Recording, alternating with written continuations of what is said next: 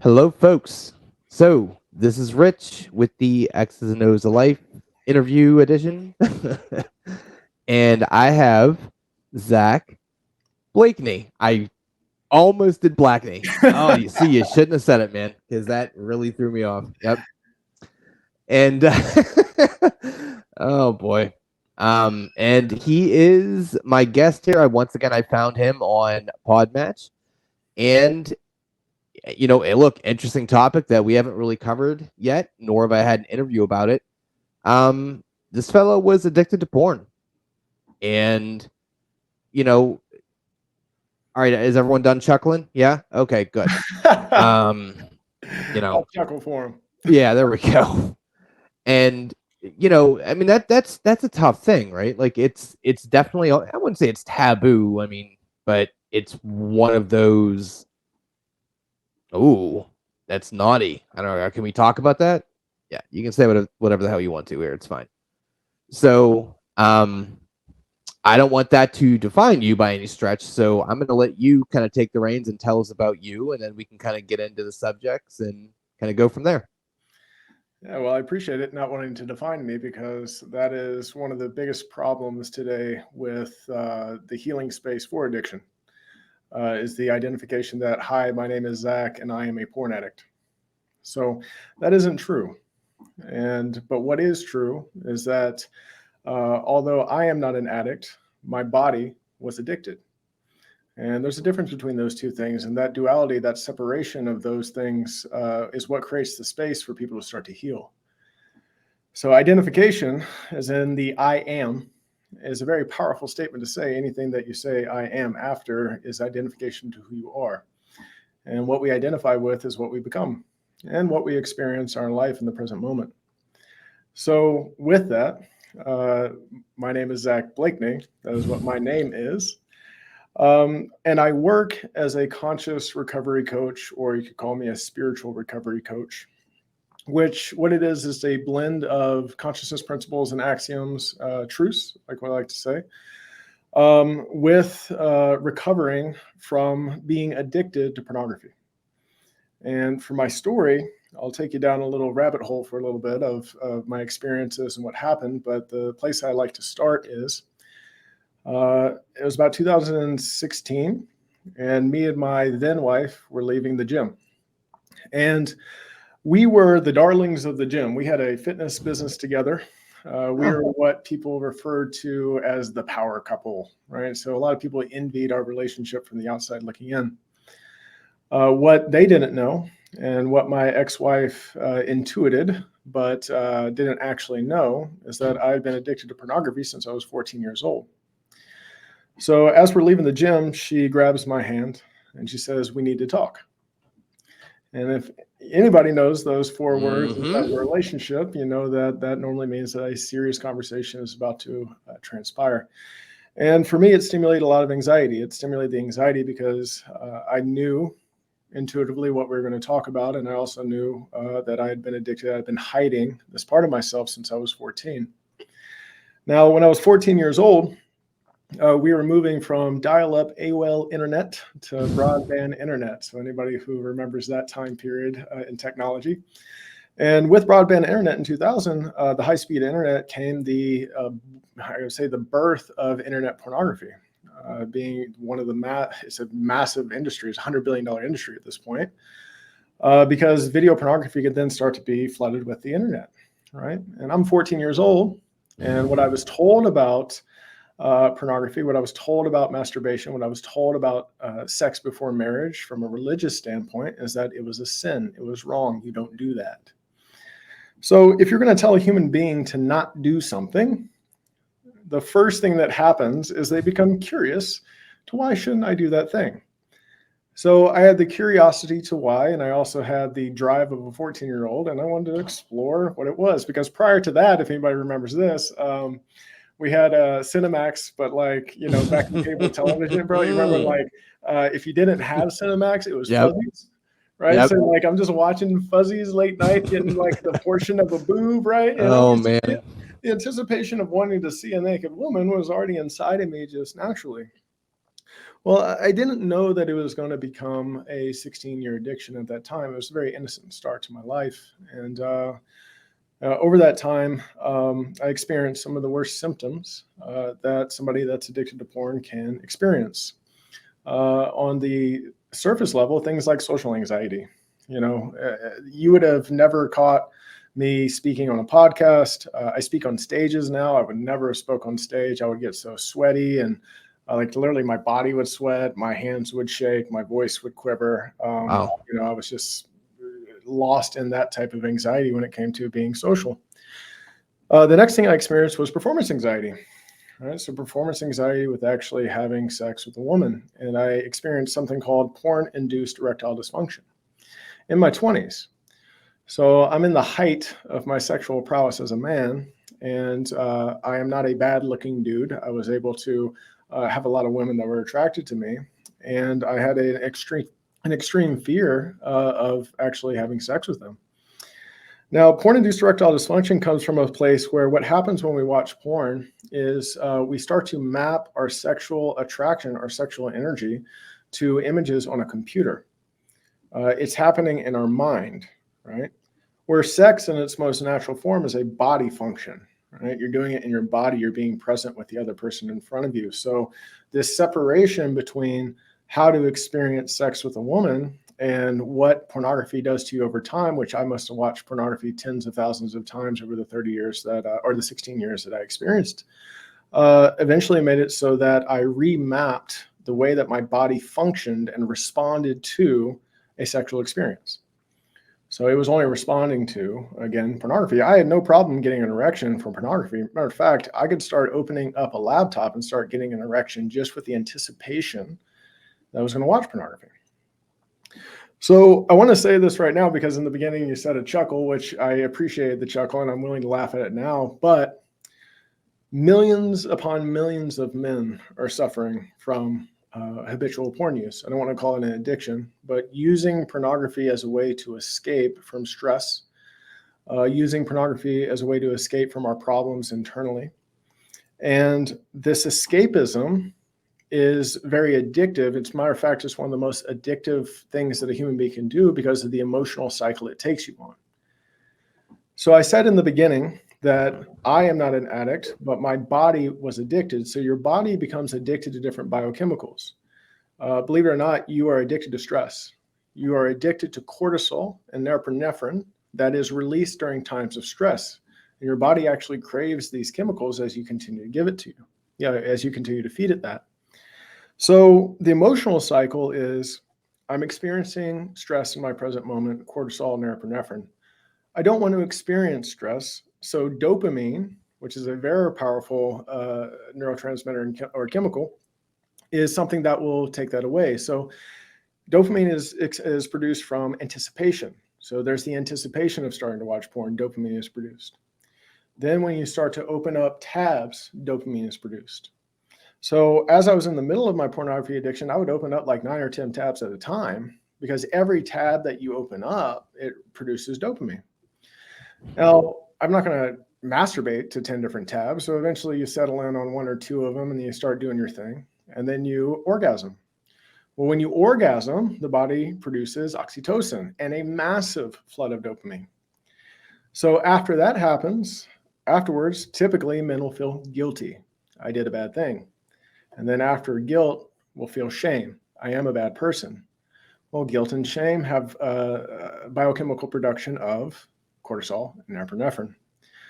So you're taking yourself on an emotional roller coaster of stress, cortisol, all the way to oxytocin, and then back into stress, and then back into the cortisol and norepinephrine that you have from the guilt and the shame. You take that back into your present moment, and your present moment becomes even more intolerable.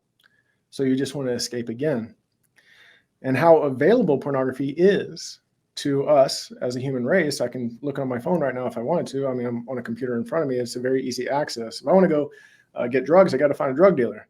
If I want to drink, I need to go and buy alcohol at a store. If I want to watch porn, poop, right here. It's instant gratification inside of that. So I experienced a lot of these. And really there's two effects that I would say are the worst parts of addiction. One is that you can't experience love the way it's meant to be experienced. It creates a disconnect with the people that you're around. And then two, you end up hurting the people that you love the most. And I was no different. So if I can bring you guys back to that moment where my wife grabbed my hand and started taking me into my truck, and we get into the truck and she asked for my phone. And I reluctantly give it to her. And then she goes into my in-private browsing. Now, I've told this story many times, and I get people to say, well, if you go into in-private browsing, it doesn't save your browsing searches. In 2016 on an Android, it did, because that was my experience. So she goes to my in-private browsing, she hits the Google search, and some of my most popular searches come down. And if anybody is familiar with addiction, it's just a habitual thing you do over and over again. You end up liking certain scenes, you watch them over and over again, and it registers. So she hits the search bar, and she looks at the phone, gives me the phone in my face and says, "What's this?" And I say, "I don't know. That's not me." She says, "This is your phone. Who else could it be?" I said, "I don't know. Somebody hacked my phone. It wasn't me." Now, while I'm denying this, I have another voice inside of me. That voice is screaming, it's saying, "Tell her the truth. Tell her the truth." And the third time, she says, "Look, if you don't tell me the truth right now, I'm going to leave you." And third time, at this point, I'm crying, and I still deny it. I said it wasn't me. But then I came out and said, "But I did do that." So this is the first time I got associated with a dichotomy inside of myself, the two parts of all of us that we have. We can call it the shadow side, the light side, the ego, the soul, whatever you want to call it. I was associated with that. And at that point, I thought I was in the worst part of my life. So she gets out of the truck, and this was the point in which I seriously contemplated suicide. So I started thinking about how I could drive my truck into a pole. There was a local sporting goods store. I was like, I'd go buy a gun and end it all immediately. And while I'm thinking about doing this, another thought pops up into my mind. And that thought is, who's listening? What was that voice inside of me, and who's the one that's listening to these voices that I'm experiencing inside of myself? So that was the first question that started to lead me into my healing. About 4 weeks later, my ex-wife comes home, and she obviously is not in the mood. And at the time, you could categorize me as anxious attachment, which means that I need to talk about it now, and if I don't talk about it now, I'm not okay. And she was anxious avoidant, which is, I don't want to talk about it right now. Stop pressing me. I'll talk about it when I want to talk about it. So That's literally me and my wife, by the way. Yeah. So I kept pushing the needle, right? I want to talk, all the way to the point where she had locked herself into our closet. Wow. And I'm sitting on the other side of the closet door. I'm crying. I'm saying, please don't leave me. Please don't leave me. I'm working on it. At this point, I had actually started to see a sex therapist, and I was going to porn addiction anonymous meetings, PAA meetings. And as I continue to press, then she opens up the door and she says, "I want to die." And she starts running for the kitchen, presumably what I would think to grab a knife. So I block her in the door frame and I say, "Please don't do this. Please don't do this." And as I'm saying that, it's like every choice I ever made up to that point in my life flashed before my eyes, like I was watching a movie and I was the character in the movie. And then I looked her in the face, I said, "Please don't do this, I'll go." And in that moment, I dealt with the reality of the fact that the woman that I love the most, the woman that I devoted my life to, no longer wanted to be on this planet because of the actions that I had taken. So when I got done with that experience, I had another question pop up. That question was, who's watching? If I'm the character in my own movie, how am I watching my own movie? Like, who is watching? So who's watching and who's listening drove me in my own motivation to answer these questions. And I learned so much about the science of addiction. So I went into like neuroplasticity, neurochemistry, learning about the subconscious mind and subconscious remapping, epigenetics, you name it. And I dove myself into it to understand what that is. And I did. And it answered a lot of the questions why. But I still felt like there was something missing. There was a substantial foundation in all of this unsubstantial information that I couldn't fall back on. And that's what drove me into consciousness or spirituality. I was raised Roman Catholic. So, even though I was raised in that church, I didn't ever have a connection to God really. So during my time while I was in addiction, I became agnostic. And then when I was deep in the addiction, I was atheist. And this actually brought me back to God and in a different understanding where I got to redefine my relationship with God. And what I know to be true now is that I am God expressing myself as Zach. And Rich, you are God expressing yourself as Rich. And the trees are God expressing itself as the trees. And that there is no separation between me and the creator of my life and my body and who I am. So that's just a quick rundown, or maybe not quick, but just to give the listeners a story of understanding of myself, my experiences, and what's brought me to where I am today. Wow. Look, man, not for nothing. So a little kind of peek behind my little curtain here. I'll give the bio a quick look, see a rundown. What I like to do, and it kind of mirrors how we actually do the podcast. It's very organic, right? We don't like to talk about anything before we actually talk about it, and kind of just let things flow. So as I'm doing these interviews, is it probably the most professional, not really dig deep? Whatever. I don't care. Have your own podcast. Do what you want. I don't care. But when I looked at it, I'm like, okay, no, this can definitely be interesting. I want to reach out to this guy. And I had no idea you were going to come that heavy. Because you don't think about it. Like when you put all the science to it, you're just like, oh shit. Oh. Yeah. Oh, that's a roller coaster. Yeah. That is all right. So few questions. It's fine. So I kind of feel like you already covered it, but I'm just going to ask it kind of straightforward and straight up here. Yeah. What, in layman's terms, I guess, what is porn addiction? Like if you had to do a WikiLinks kind of paragraph here. Sure. How would you define that? Well, let me go broad first and open up a new idea, which is that we're all addicts.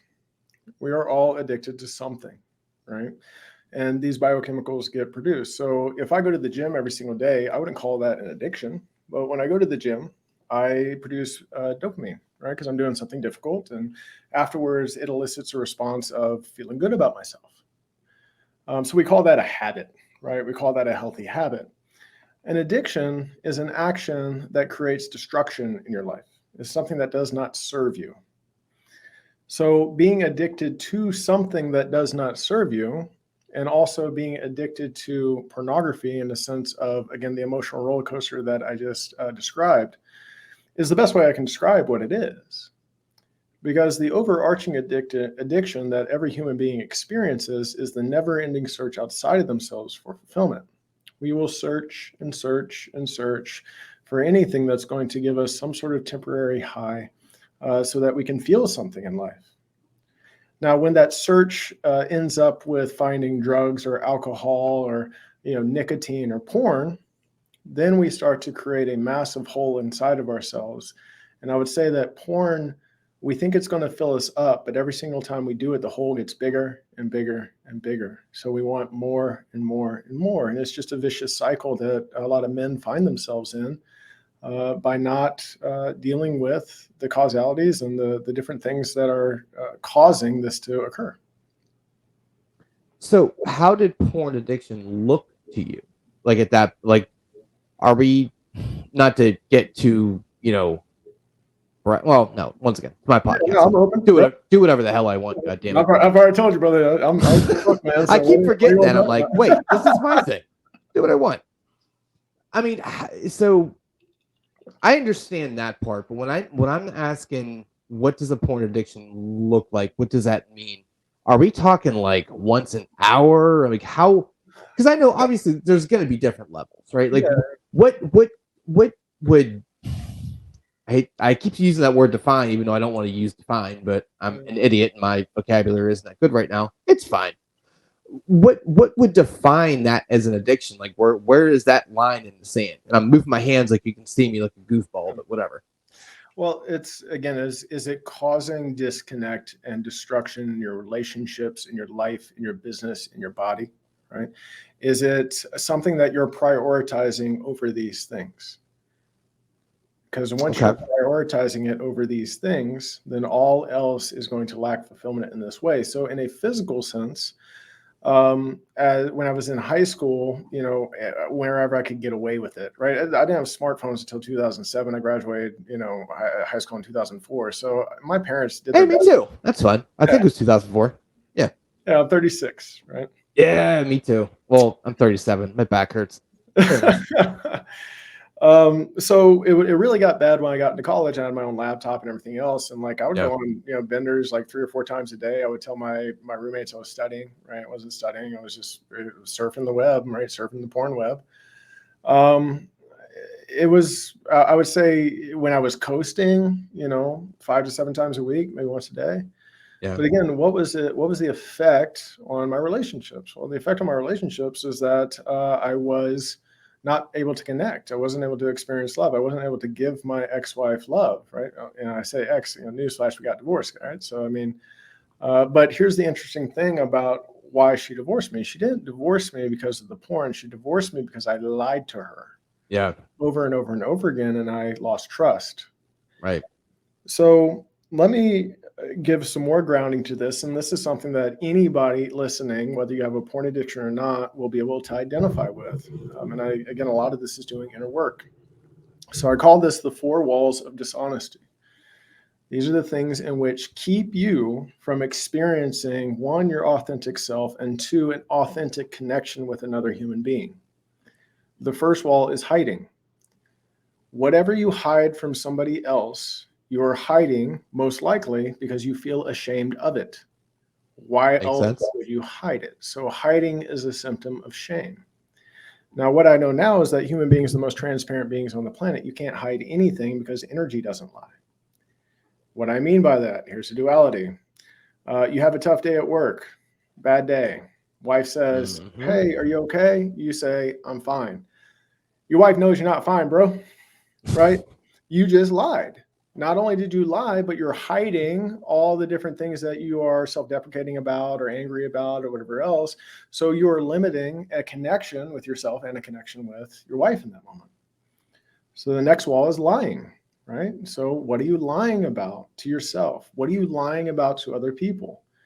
So it's not just about lying about the addiction. Like lying would be something I would do with other things, right? I would make up stories of meeting people I never met. I had a business. I would make up how much money I was making, and that wasn't really how much money I was making to front and to seem better than I was, right?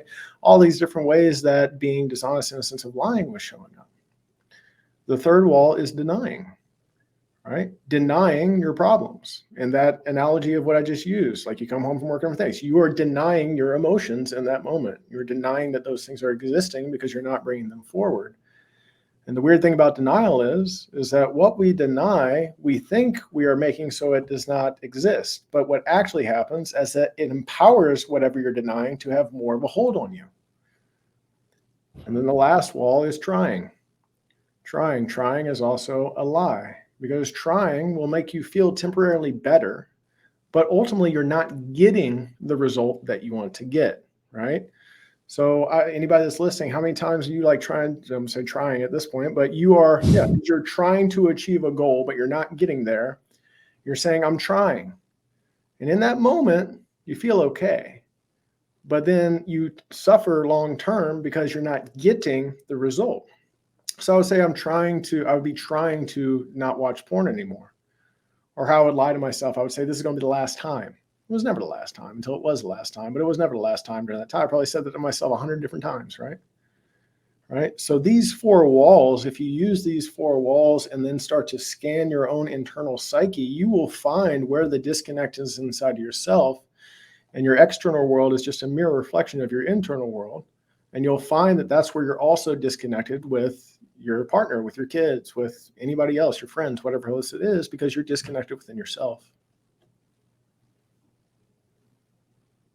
Yeah, I'm gonna go with wow again there. Yeah, like, and it's crazy you're saying that, and I'm thinking because you mentioned this word or this verbiage earlier about the instant gratification. Yeah. Like those four walls, those feel very akin to instant gratification. Like the trying, yeah. So this is my little, I'm putting a band-aid on something that needs stitches. Yeah. That's golly. Once again, I had zero idea this was gonna be this deep, and I'm so stoked we did it because I'm like, okay, this is definitely gonna be interesting, but you know, that's the beautiful part about that. Wow, that's amazing. Okay. So how's the ex-wife now? Like, do you guys have any relationship at all? Yeah, we don't anymore. Okay. I was able to heal through her wanting to kill herself by us still having connection because she realized, right?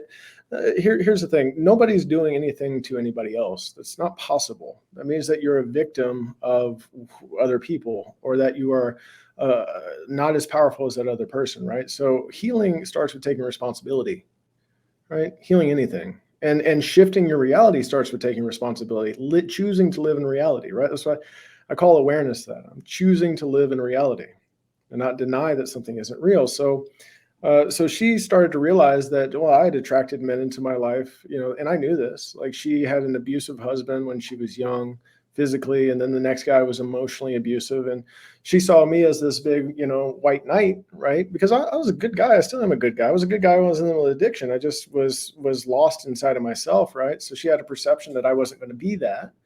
But I was absolutely emotionally abusive. Any addict is going to be emotionally abusive. I never physically touched her. I would never physically touch any woman in that way. But I lied and I manipulated and I controlled so she wouldn't see the addiction. So once she took responsibility for, hey, this buildup inside of me of me not wanting to be on this planet, although this experience catalyzed that, it wasn't the cause. I had enough of men doing this to me. So once I was able to hear that, that then allowed me to start healing from that, to know that it wasn't just me, right? It was your entire experience that led up to that point. But that's really the first level, is like, we got to be honest with ourselves as human beings. Like, can you be honest with yourself and you be honest with other people? And then two, until you're willing to take responsibility for your suffering, for the things that are not going right in your life, and continue to be victimized by it, you'll continue to experience the suffering. The only way out is going through it. Look, before we go any further, I gotta kind of tell you this, and obviously I don't know you from Peter down the road, but like I am just so astonishingly, words are hard, like proud of you as a human, to one be that transparent about something that is just so multi-layered. Yeah. And obviously, like, look, there's a lot that came from that, and it, that's I mean, I guess the most impressive thing is the fact that you were able to be that honest with yourself, and not sit there and be, well, I'm ashamed. It happened, and you're like, okay, well, here's my comeback story, and that's just beautiful. So you know thank you for just being a good human, and being able to, you know whether it be self-diagnosed or externally diagnosed or whatever, the fact that you were able to recognize, hey, okay, here's what's happening, this is the problem, and figure out what the root of it, like that. There's so many things that people encounter on a daily basis that are just much less on that spectrum of importance, but you know usually things grow. Like, if you just let an infection sit there and fester, it doesn't go away, it usually gets worse. Yeah. So It's a great analogy to it, and it's my honor to speak about these things and bring it forward, because, like I said, man, it's just that there are plenty of studies out that show about 1 in 3 men are using. And not only are yeah, they using, but the study is related to not being addicted, but that they know that it is not serving them. They know that it is a problem in their life. That's just the ones that are willing to admit it on a survey, right. right? Yeah, Now because let's it's go still to, taboo. It's yeah, like, now, oh, this is dirty, I can't, it's like everyone is banging everybody, like, it's fine. We can talk about it.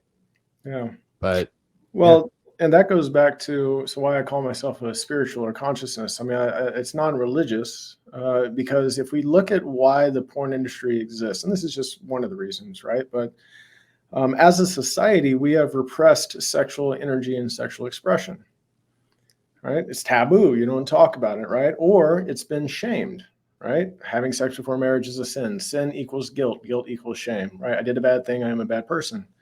So if you repress as a collective, human collective, we repress sexual energy, it has to express somewhere. So what has occurred is an overexpression of the porn industry. And anybody that's been on a porn page, I mean, I got lost in all different genres that, I mean, dude, tranny porn. I watched gay porn. And I'm not gay. I know I'm not. I watched BDSM, all those different types of things.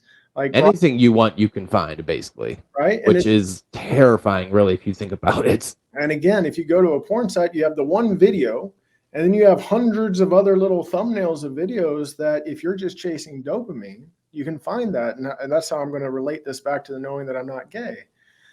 What happens is dopamine dopamine desensitization occurs. So you're watching a scene, and over time that doesn't produce the same amount of dopamine, it becomes boring. So then your brain is just looking for something different. It doesn't matter what different is. It's new, it's exciting, it's perverse, it's whatever else, but it creates the dopamine to happen. So now I've got a new thing that's eliciting the same amount of dopamine, but then eventually that's going to settle. And now I'm gonna look for something new and something new. And again, the way that these porn sites are set up, it's very easy to find something new. So it's a jungle of different genres that are so far away from from having sex actually is, that's how you get lost. And then, you'll start shaming yourself for the stuff that you're watching. During the middle of addiction, I did question my sexual identity. I was like, man, I'm watching these things. I'm getting off to these things. And like, this isn't even like what's happening in my reality of what's going on. But it took me healing, stop watching, get back to who I actually am for me to be like, oh shit, I love women. Like, this is not a thing, but this is something I was doing. And again, finding out the science behind it was one of those first levels of answering why that started to help me heal from that. So here's a real simple question. And it's funny because I initially said, this is not going to be like a late night interview, but I'm like, I just keep asking questions, but I'm just so interested that I can't stop. So sorry, not sorry. Super straightforward, but I'm expecting like a 15-minute response. Do you hate porn? No, I don't. Okay. Is porn bad? Nothing is inherently good or bad. Fair. Again, we need to go back to responsibility on the user to choose, right? So going back to the PAA and the 12 steps, the statement is, hi, my name is Zach, I'm a porn addict. The next statement is, I'm powerless against my addiction. As a victim stance. That means that porn is more powerful than me. That bypasses the fact that when I was 14, I used my free will choice to choose to watch it. Now, did I understand what the effects were going to be at that time? No, but it doesn't bypass the fact that I chose to do it. So the way that I help guys heal much faster than going through the 12 steps, which can last years, sometimes decades, I can do it in 120 days, is getting them to realize that, bro, you are so powerful. You created your own addiction through choice. So let's start looking at the choices that you're making in your life rather than blaming the porn industry, rather than blaming your parents, rather than blaming religion, right? I'm bringing forward these things talking about religion just as an observation to show that, hey, here's the reason why. I don't blame religion for it. Ultimately, as a collective, we are all responsible for the porn industry, each one of us, and its creation in that way. When we don't have the courage to express ourselves sexually, and then we decide that we are going to express it somewhere else in hiding, and then it becomes what it becomes. So porn is just like any other thing that's available to you, right? I can choose it or I cannot choose it. And if I choose it, here are the effects, and here's my experience of what happens. If I choose not to choose it, I might choose something else. I might choose to go to the gym. I might choose an ice bath. I might choose a sauna. I might choose nicotine. I might choose alcohol. Whatever is still your choice. So it's like going to a buffet, right? Right? Here's a bunch of options. What do you choose? Choose wisely. Okay. Yeah, I mean that's pretty fair. Do you still struggle now? Not anymore. I Really? Okay.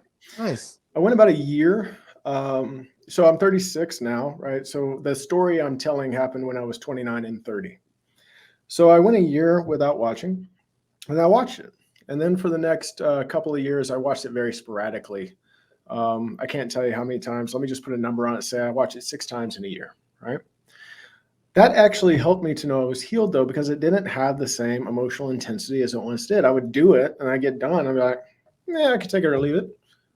It was an experience, but I don't know if it was good, bad. I don't know. Like, it just wasn't what it used to be for me. It didn't have the same excitement and, you know, perversity. I hate to say it, but people get excited on that type of space, right? Whatever gets Right. you off, so to speak, right? It didn't Right. have. Exactly. Yeah. And it actually helped me heal because I then had the duality of knowing what it once felt like to what it feels like now. And that was inside me. I was like, holy shit, like I don't have a desire to go back to this. So when Right. I would use it, I would either be horny and I didn't have, you know, it's now we're going back to the horny 14-year-old kid that's like, man, I don't have anybody to have sex with. I really like to get off right now. I get off. Did I guilt myself? Did I shame myself? Yeah, I did because I had that happen before. But eventually doing those things made it so I don't do it anymore.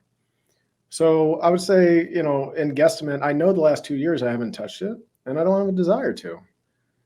And that's more because I have a beautiful fiance now. We have an incredible sex life. I am Attaboy. incredibly in love with myself and the fulfillment of what I'm doing in my life. I love being in the present moment. I don't feel like I need to escape anything in my life. And so this is like the pathway to, and again, this is a broad pathway to healing, but the healing really begins when you start being honest with yourself and doing the inner work inside of yourself to discover this part of who you are. So if there are people listening right now, that either resonate with that same kind of experience, not, I mean, obviously not verbatim, but they find themselves, yeah, dude, I'm just counting the hours so I can crank one out when the wife goes to sleep. Yeah. What do you tell them? Like, what do you to you find that out, they come to you or whatever. Well, there's a joke. I've done my best to not make any like super pun innuendos, but my God, it's killing me inside. Please bring on the innuendos, bro. You're not going to offend me. Oh no, I'm not worried about that. But like, I realized that would be about 25 minutes of this whole interview, me just giggling at dick jokes. So it's kind of what happens there. Anywho, so yeah, like someone is well, they don't realize they're struggling. Let's say they don't realize they're struggling, and this is their eye-opening, come to Jesus moment. Mm-hmm. What do you talk to them? What do you say to them? What I would say is that you actually know it is a problem. I don't know is a deflection and avoidance strategy of the ego. So what I would say is that just by listening to my experience, if you identify with any of the things that I've talked about so far, and I'm telling you it was a problem for me, there's a universal truth that gets revealed when we start to be transparent. And that is what is most personal is most universal. My story might be the same in kind, but different in degree, right? We have the same type of story. It might have a little bit of different things that happen inside of it, but how you feel, energy doesn't lie. Are you experiencing shame? Are you experiencing guilt? Are you experiencing stress? Are you experiencing disconnection with your wife? Are you experiencing unworthiness and not feeling like you can go after the highest version of yourself and to be able to create the life that you want to create? If you're experiencing these things and you're also watching porn, you might have been denying that porn is the problem. And I'm here to tell you it is. I'm here to tell you that that is the anchor that's holding you back from getting everything that you want to get in your life. And longer that you deny it, there's another spiritual truth and axiom, which is what you resist will persist. So as long as you continue to resist this truth, your addiction will continue to persist, or your use, let's just say your use will continue to persist. And then your unworthiness, your guilt, your shame, your disconnect will also continue to persist. So what's their next steps? So what can they do to right their proverbial ship? Yeah. So the first step to healing is you got to start talking about it. You got to stop hiding. Right. So find somebody that you feel safe expressing yourself to about your deepest, darkest secrets. If not, those deepest, darkest secrets will continue to rule you. So find somebody. It doesn't have to be me. It could be a support group. It could be in a men's group, whatever you're in right now. It could be your wife if you're brave enough to do so. Typically, they're not. Typically, they come to me first, and then we start talking about it, healing from it. Then I give them the strategies, the tools. I actually have plenty of clients that I work with couples inside of it, because once we work through it together, I guide them through being able to communicate. And I also Right. am able to, in the same way, talk about my experience to their wife, so that their wife doesn't have all the things that my wife experienced. And it's not that they don't have it. It just gives them potential to not feel unworthy of their partner, as if their partner doesn't love them, as if they're not beautiful, as if they're not wanted, as if they're not desired, right? That's what your wife would feel inside of this. So I make it very easy for, I say ease of, instead of ease of an ability to start having an open discussion with each other, and then holding them accountable to those things. But the first step of healing is acceptance, and acceptance involves talking about it. You're no longer hiding, you're no longer holding it in, because again, hiding it, you can't see it. You talked about like realizing or awareness, right? The thing you hide, you're not aware that it exists. Once you bring it forward and you're honest with yourself, okay, now we can do something with this. So this is what I like to say, is that you have to live in reality to shift reality. But as long as you deny reality, it continues to have a hold on you. You brought up a real interesting point too. Yeah, I could definitely imagine that fear of talking to your partner, because you for a conversation like that, you're almost having that conversation before you have that conversation. Yeah. You're playing chess in your head. You're like, Mhm. oh, she's gonna think these other broads are hotter, and it's like that's not necessarily what's going on. But you know, I would think that maybe, because I'm not a lady, I don't think so. I don't know, whatever. Um, it's one of those deals where you can't get into that psyche and expect to know. Yeah, they're not not feeling like they're up to snuff. Why are you looking at porn? Are you or is it because they're hotter? Is it, or is it something else? Like you can't really have that conversation with your head and then talk to them. So by you kind of providing that service for the female counterpart is amazing, because it's almost like, hey, listen, here's more than likely the case here. Don't go off the deep end. Our fella is struggling. Yeah. Oh, well, and once you get past the anger and the rejection that she might be feeling, ultimately you love the man, right? Like, and you sign, anybody that signs up for marriage and that really is committed to it, or even just a relationship, right?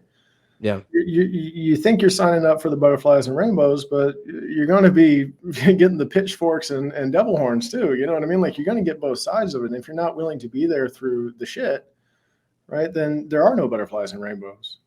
Most Yeah, people, go ahead. I was gonna say, I was literally listening to a to another podcast this morning, and they brought up something really similar. They're like, yeah, without the bad, there is actually no good.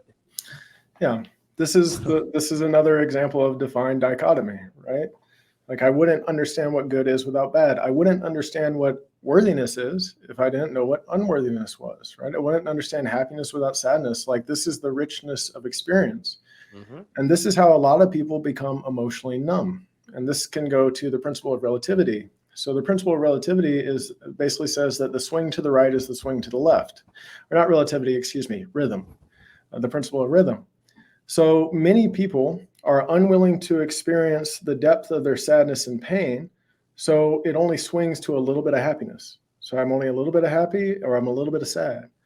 But if you really want to experience the height of happiness, you got to be willing to go into the depth of your pain, so that you can experience the freedom of being happy. If not, you will become emotionally numb. And that's where a lot of people are in our society. They become emotionally numb. And like I said, I mean, I've worked with guys that don't just struggle with porn. Social media is a numbing effect. Alcohol is a numbing effect, right? Isolation is a numbing effect. These are things that prevent us from experiencing the richness of life. And when you really understand that your wholeness is found in both, and being willing to experience both, gratitude and joy and connection and love is the result, even though you have to go through the shit that you've been avoiding for you to experience that. God damn, you're a beautiful man. You are too, Rich. Thank you.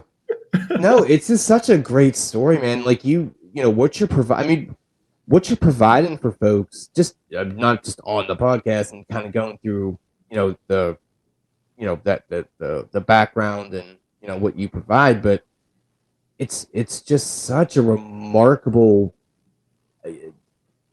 It's that story that's hidden behind that door that you didn't really know was a door. Yeah. And like, oh wow, man, like you it's like you fundamentally changed your whole life by digging into this kind of quote unquote normal thing that guys and gals do. Yeah. But instead of getting one plate, you put the store on the plate. You're like, oh, I'm just gonna, but it's great that you've come out on the other end and, become a better person because of it. And yeah. And it's not like you're like, oh, porn's terrible. You're like, no, everything is in moderation, but like realize what you're doing. Yeah, well, and everybody creates different meanings, right, behind our experience. Like I've talked to plenty of people that they watch porn and it didn't turn into an addiction for them. It's like something that most people can just take it or leave it, right? It's like Look, me and the wife do. I mean, it is what it is, but well, so but that's even a different scenario because you're not hiding it from her, right? So now let's go with what actually creates the dishonesty is you're not hiding it from her. You guys are using it in a way for your own sexual satisfaction, maybe to get some ideas for the bedroom and all these different things. Like, again, it's how you use it. It's the meaning that you make from it. But if we just compound that in society, it seems to be socially unacceptable for you to express yourself sexually. That's what's created this massive population of men that are suffering from it. Which is super weird because now like everything is almost acceptable almost in to a degree. Like but then on the other side of the spectrum, it's like everyone's super sensitive too. So it's like you can't be super free and super sensitive. That doesn't really work. Yeah. Like, well, there's a that's lot a whole different conversation. Yeah. There's a lot of movements that are causing more damage than good. Trying to get their being accepted and being loved and being honored. Well, you only can be accepted and loved and honored if you give other people acceptance, love, and honor. Like back to your internal world is a mirror reflection of your external world, or vice versa, right? So. So, what else do we want to know about you? So let's table the porn here, all right? Because I told you we're not defining it. We're damn sure not defining you here. So, what else? Give me some other kind of tidbits here. I know you got the fiance going, which is super cool. Yeah. Where you located at?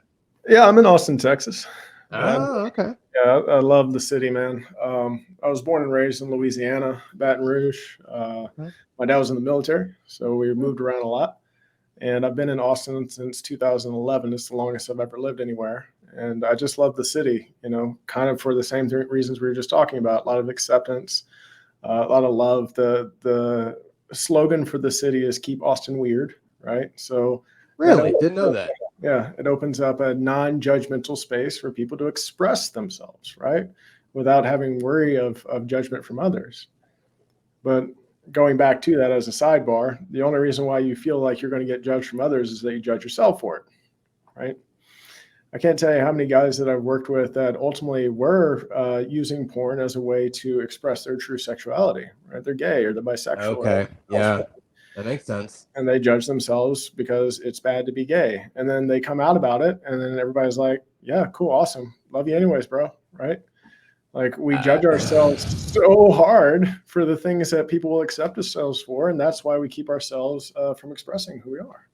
I had a friend, and I'm pretty sure if I'm quoting this right, I was the first friend he told, and I was like, and literally, this is how it went. Yeah. So I'm kind of playing for both teams here. Okay, but back to what I was saying though. Because it didn't matter. I mean, we all kind of knew anyway, but still, it's like, oh, was I supposed to give a shit there? Because I didn't. It's fine. Doesn't change you, man. But it's really interesting because and funny enough, like you don't think of Texas as like an accepting state, so that threw me for a loop a little bit. Well, Austin is we like to call Austin a blue dot in the middle of a red state. Like it's Yeah, actually a very liberal environment. For instance, like, weed's not legal in the state yet, but it's decriminalized in Austin. So you can have up to an ounce of marijuana on you and not get arrested here. So even though it's not legal, it's decriminalized. So it's legal de facto. You know what I mean? So right. it's that kind of stuff, man. It's a very conscious place. People are exploring the type of principles that I'm talking about. They're exploring, breath work, meditation, and there's a lot of community and connection here, man. So it's just a beautiful place to be. No, that's awesome, man. Because that's the one thing that's almost feels very hard to find. With I'm not a political dude by any stretch. I don't really give a shit what side of the fence you fall on. As long as you're cool people, that's really all that really should matter. Yeah. But unfortunately, majority of people don't really think that way. I'm very into not defining people based on things, as you're kind of finding out here. Um, it's tough because you can't. It's very hard to find like an accepting place, especially for something that's still considered taboo. Like we had an episode. Oh God, it was like one of our first episodes. We talked about tattoos and how it's almost now taboo to not have a tattoo. Yeah. But it's like you think 20 years ago, you had like a little forearm thing. It's like, oh Jesus Christ, he's the devil. It's like, Yeah. what? You're never gonna get a job. And it's like CEOs now are like, yeah, I got 2 sleeves, man. It's all good, fine. I'm gonna go get my back done next week. It's like, all right, Mr. Robinson, you keep owning this big corporation. It's a weird thing because it's almost like there was like that whole sexual revolution in the 60s, and then we got all like nobody can touch anybody. And then, the 90s came around and everyone's like, I'm going to shake my titties. It's going to be great. And then it kind of became more socially acceptable. And that I don't know if it's ironic or not, but it definitely, you think of how when it became more socially acceptable, how that's when the advent of the internet kind of happened. And it's like, oh, a sex tape leaked? Oh, well, let's go see our celebrity. It's like, okay. Now it's we turned a corner somewhere where it's still like socially acceptable, but in small little circles, like you can't just, I don't know. I don't even know how to explain it, but it just seems like you have to be in like-minded people's areas in order to speak on anything. And if not, then you're a witch and we're going to burn you at the stake. Yeah. Yeah. I've just taken the stance of us. I'm going to speak my truth. And if you don't like me, cool. If you do like me, cool. I don't really care. Attaboy. From this point, you talk about like tattoos. Like I got this tattoo in my hand. Yeah. Right. And like once I got it, I had some guy, because I had left the corporate world, and he was like, well, I guess you're never going to get a corporate job again. I was like, well, yeah, I'm not. And I don't care. Right. I was like, and even more so, there are corporations that don't care about this now anyways. Right. So I still run into some people that have their own perceptions and judgments about the way that I present myself and what I talk about and everything else. And it's like, cool, then I'm not for you, bro. Like, move along. I'll go to somebody else. Yeah. And that's such a great piece of, knowledge or truth, whatever you want to call it. That's such a beautiful thing because, yeah, dude, just be you. Like once you're comfortable with being yourself, like you can't, there's that whole power trope, you can't love anybody till you love yourself. And that's super true. Like, and I think you can't be comfortable in your own skin until you're actually comfortable in your own skin. Like you can't go out in public and do all this stuff unless you're cool with it. But people, I don't know if people get worried and are like, let me just kind of do a little, like the whole trying thing. Let me just put the toe out there. Fuck that. Jump in. Go ahead. Yeah. Do just be your own weird, silly, great, amazing self and just keep it moving. If people don't dig it, then okay. Yeah, well, I'll tell you this, man. People will spend more energy not being themselves than they do being themselves. We spend more energy with those 4 walls of dishonesty. We spend more energy judging ourselves and shaming ourselves and all these different parts of it, which are actually the parts that want to come forward. They wouldn't be a part of you right? If you weren't shaming them, and if you would stop shaming them and start loving yourself for it and just expressing it, it's so much easier. There's no energy expansion there's no energy expansion in being you. There's a lot of energy in not being you.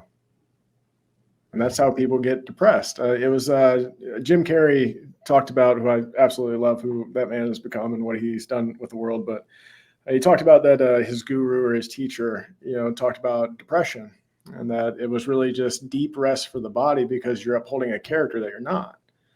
And the more you try and be what you're not, the energy expenditure essentially wears you down to the point where you become depressed. Right. So maybe not the easy path for a lot of people, but the most efficient path is just to be yourself. And you don't get to experience depression or anxiety. Yeah, I think that's the hard thing, just being yourself. There's a lot of like social pressures and a lot of, look, there's a lot of baggage that can come along with that too, like a lot of, damage and all that. But not to say that you can't try, because I don't want to sandbag, the 4 well thing, but that, for something like that, you do have to at least start to try. Like, you got to do a little something to kind of get, because you're never going to get there if you don't move forward. Like, that's, I don't know. Like, I'm not trying to like downplay anything or anything, but it's like, look, don't bitch about it. If you don't like it, do something. If you're 300 pounds and you want to lose weight, but you just want to spend your time complaining about it, well, guess what? You're now 310 because you made no effort to do anything. So, if you're afraid to be yourself, or you want people to know your truth and know who you are, well, then you got to put it out there, man. Yeah, and I didn't see it as sandbagging. If I could reflect back in the sense of what I would see in that is like, all right, if you're 310 and then you go to 309, well, you took a step. That you're not trying, you did it, right? You lost a pound. Oh, okay. Right. So like trying to an overall goal, I mean, it's, if I wanted to say that, I want to, my ultimate goal is to speak in front of tens of thousands of people. Well, I get to speak on stages. I'm getting there, right? Every step I'm doing something that's having that manifest into my reality. But if I did nothing, I would say, man, I'm trying to get on stages. That's what I mean by that, where I'm doing nothing. Right? I'm just sitting here in my chair saying I'm trying to do something, which actually is true that I'm trying. But if I'm actually going forward and things are happening, well, I'm doing something. I'm getting the result that I'm looking for. It's actually kind of funny because that's kind of what we did for a year before we even did the podcast. We were trying to, make this happen. We just talked about it. Then I was like, hey, let's go do a thing. Why? Because fuck it. That's why. And we did it. Yeah, and here you are, right? Yeah. You're doing it. And loving it. So, look, man. Oh God, it's already an hour. Jesus. Yeah, you have an amazing inspirational story, man. And I'm so glad we're able to delve into it and get, I want to say the taboo porn part out of it, because it was so much deeper than that. It was like, that was just the entry point, but you just delved into so many more important parts of kind of the root of why that became to be. So I can't thank you enough for being as forthcoming and as honest as you've been, man. That's just, and the cool thing is, it didn't seem like it was tough for you. I mean, I get it. It's been a few years, yeah. But even something like that, you would feel like, all right, let's tiptoe around a little bit. You're like, nope, let's go. Go ahead and grab yourself some Snickers and a popcorn. Let's go. Well, if we go back to, like I said, that first level of healing for anybody is start talking about it, right? And then as you start talking about it, you start healing. And then at some point, there's no emotional attachment to it. I mean, let me rephrase that. I no longer feel shameful and guilty about these stories. I feel grateful for them, right? Right. Gratitude and love for myself makes it easy for me to talk about it. And I also know, again, so many men are suffering from this, and you're helping other folks. Right. It's just a pathway for them to be like, hey, man, I'm no better than you guys. I'm no better than any man that's listening to this that's struggling from it. We are both the same value, and that value is infinite, right? It's just I simply speak a different language or have a different experience that you haven't had yet. That doesn't make me better than you. Yeah, that's yeah. Please, okay, look, let's plug your stuff, because honestly, people need to find you and just give you all of the monies. so you can Pay find me, this man's mortgage. Let's go. Come on. find me on social. The most active platforms I'm on right now are Instagram and Facebook. Luckily, no one has my name, so on Instagram would be the best place to go, at Zach Blakeney. You can DM me X and O, and that'll let me know that you're coming from this podcast, that you've listened to this Nice. show. And once you DM me that, again, bro, like, ask me all the questions you want to ask me. I don't hold anything back. I'm here to serve you in the best way that I can serve you. And then also, I don't know if you want to put this in the show notes, Rich, but I've got a free Telegram group as well. It's a Oh, private. everything. Anything you need, I'm very, yeah. I'm all about promoting my folks. Okay, Absolutely. cool. Whatever you want, I'll put it in there. I'll send you a message on Podmatch, but there'll be a Cool. link. Free private Telegram group. I actually do a group call every 2 weeks that is also free, a part of that experience. Nice. And I've got about 50 guys in there right now. It's growing even more so. That are just sharing with, again, first step, sharing with each other, talking to each other. Do live hot seat Q&A. I have a free mini course that'll take you guys through some really powerful things with some tools and resources inside of it. We can put a link down below to that. And then if you're interested in doing one-on-one coaching with me, we can do a link to that as well, man. You can sign up for a free call. All of that is just available to you and whatever or whoever chooses to take a step forward. Yeah, that's beautiful. And look, I'm not for nothing. There ain't no shame there either. Like, it is what it is. Yeah. So, all right, brother. Well, look, I once again, I appreciate you so much for coming on, taking the time out. This went definitely anywhere where I had no idea where it was going to go, but I'm super happy it did. Yeah. Again, brother, it's my honor. And thank you for having me on. Oh, absolutely. All right, man. Well, you take it easy. I will go ahead and upload all the things here. Send me everything you need. I'll put them in the show notes, and I will make sure these people give you all the money. All of it. Thanks, brother. All right, buddy. Thank you.